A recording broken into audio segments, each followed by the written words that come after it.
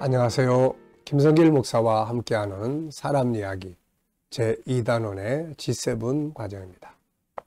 자, 전 시간에 이어서 이 시간에는 14-4회를 함께 나누겠고요. 페이지로는 238쪽입니다.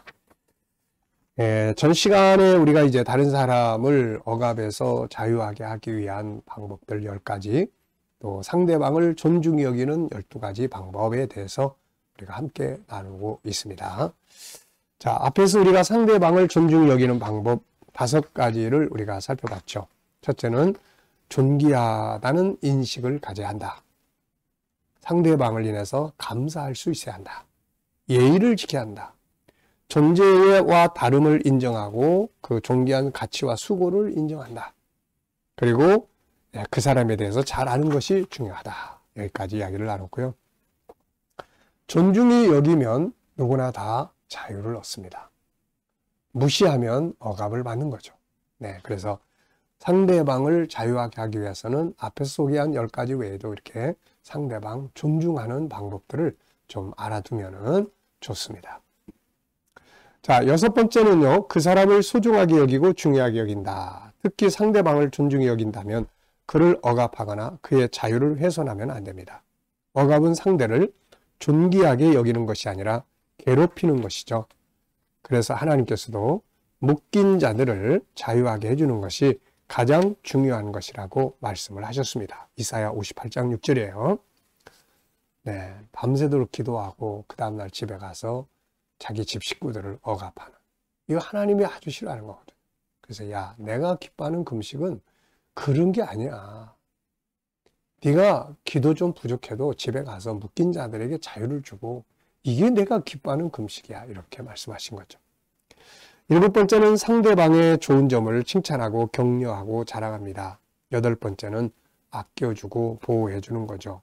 9번째는 배려하고 격려하고 기다려주는 겁니다.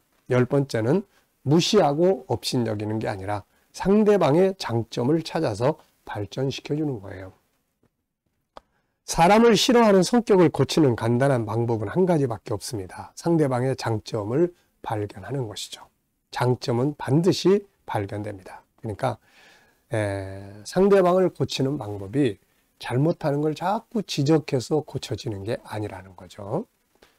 반대로 상대방의 좋은 점을 찾아서 발전시켜주는 것이 상대방을 이렇게 변화시키는 방법이라는 걸 이야기합니다. 자, 장점 찾기의 중요성. 장점 찾기는 자신의 마음을 평안을 줄 뿐만 아니라 부부관계나 인간관계 회복에 아주 중요한 방법이 됩니다. 자, 여기 보면 도표가 하나 있습니다. 이 X표가 있는데요. 이 X표를 보면은 좋은 점, 장점을 찾는 게 얼마나 중요한지를 보여줘요. 자, 우선은 양쪽에 A가 있습니다. 이 A 지점은 처음 만날 때 상태예요. 남녀가 처음에 만나면은 나쁜 점을 보지 않습니다. 보통 서로의 좋은 점만을 보죠. 야, 저 사람 참 이런 게 마음에 들어. 참 이런 게 좋아.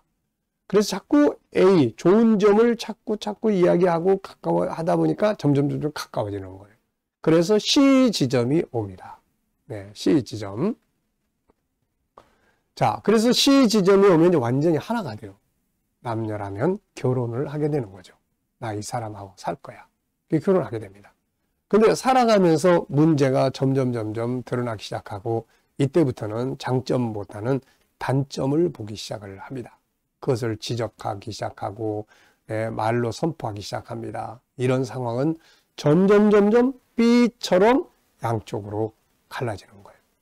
그러니까 만나서 좋은 점만 자꾸 보면은 가까워지고 C가 되고 C에서 자꾸 안 좋은 점을 보기 시작하면은 나중에는 결국 B처럼 되어버린다. 그런 이야기입니다. 더 이상 같이 있을 수 없게 되고 관계는 파괴되는 거죠. 그런데 다시 회복하고 싶다. 그렇다면은 B 지점에 있다 하더라도 장점을 자꾸 찾기 시작을 합니다. 좋은 점, 고마운 점, 애쓰는 점을 자꾸 찾아요. 그러다 보면 다시 거꾸로 점점 가까워져서 C의 부분으로 다가오게 되는 거죠. 그렇게 되면 사람은 행복해지게 됩니다.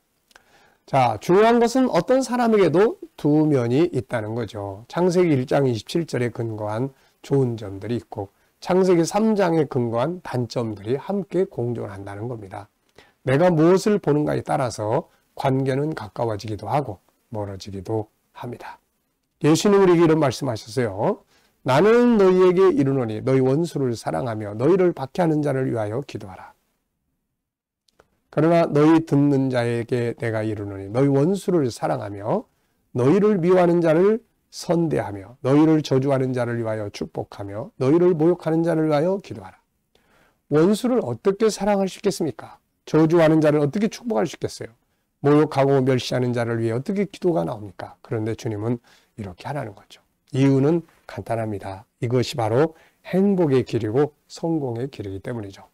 사랑하는 방법, 원수 같은 사랑과 좋은 관계를 회복하는 방법, 그것은 바로 상대방의 장점을 자꾸 찾아가는 겁니다. 그리고 그를 위해 잘 되라고 자꾸 축복하는 것이죠. 아무리 나쁜 사람도 자세하게 체크하고 살펴보고 그러면 장점들이 있어요. 좋은 점들이 있습니다. 올바르게 살아보려고 막 애쓰는 점들도 있고요. 노력하고 막 이런 마음들도 있고요. 가족들을 그리워하고 사랑하는 이런 마음들도 있고요. 다 있습니다. 자, 그래서 이런 장점들을 찾는 것이 존중히 여기는 방법이고 억압에서 자유케 하는 거죠. 자, 11번째는 상대방과의 관계를 최선을 다해서 성실하게 대할 수 있어야 합니다. 네. 성실하게 대할 수 있어야 돼요. 자, 그래서 이렇게 성실하게 대하다 보면은 자꾸 좋아지게 되는 거죠. 12번째, 상대방의 것들을 존중히 여기고 소중하게 사용해 줍니다. 상대방의 시간이라든지 재능이라든지 이런 것들을 잘 찾아서 활용해 주면 관계가 좋아지게 되고 상대방을 존중하게 되는 거예요. 자, 어떻게 행동을 해야 될까요? 먼저 말부터 시작을 해봐라. 언어부터 존귀하게 하는 말을 사용해봐라. 먼저 인사하는 거, 자꾸 좋은 점을 찾아서 칭찬해 주는 거, 장점을 찾아서 격려하는 거, 감사합니다, 미안합니다 등의 언어를 잘 사용해 보는 거, 덕분에 용법을 잘 사용해 보는 거. 덕분에. 이번에 이렇게 덕분에. 이런 게 참 중요합니다. 우리나라 말에도 말 한마디에 천냥의 빚을 갚는다. 자, 말 한마디에 천냥의 빚을 어떻게 갚을 수 있겠습니까? 말을 너무 이쁘게 하고 존중히 여겨주고 그러니까 상대방이 탕감해 주는 거죠. 돈보다 사람의 마음이 더 중요하다는 걸 보여주죠. 자, 그리고 6번째는 이제 행동을 할 수 있어야 합니다. 말은 그럴듯하게 상대방을 높이고 존중히 여기는 것 같은데 행동에서 신뢰가 없거나 불손하거나 결례를 행하거나 시간을 낭비하게 하거나 상대방에게 손해를 끼치거나 이런 것은 상대방을 존귀하게 여기는 게 아니라 무시하는 거죠. 실컷 약속해놓고 탁 어겨버려요. 그러면 상대가 생각할 때 무슨 생각이 들어요? 나를 얼마나 무시하면 저런 식으로 나올까? 아주 되게 기분 나쁜 거죠.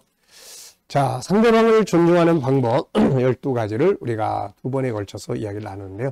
다시 한번 복습을 하겠습니다. 자, 첫 번째는 모든 사람은 존귀하다. 이 인식을 가져라. 둘째, 상대방을 인해서 감사해라. 세 번째, 예의를 지켜라. 네 번째, 상대방의 존재와 다름을 인정하고 그의 존귀한 가치와 수고를 인정하라.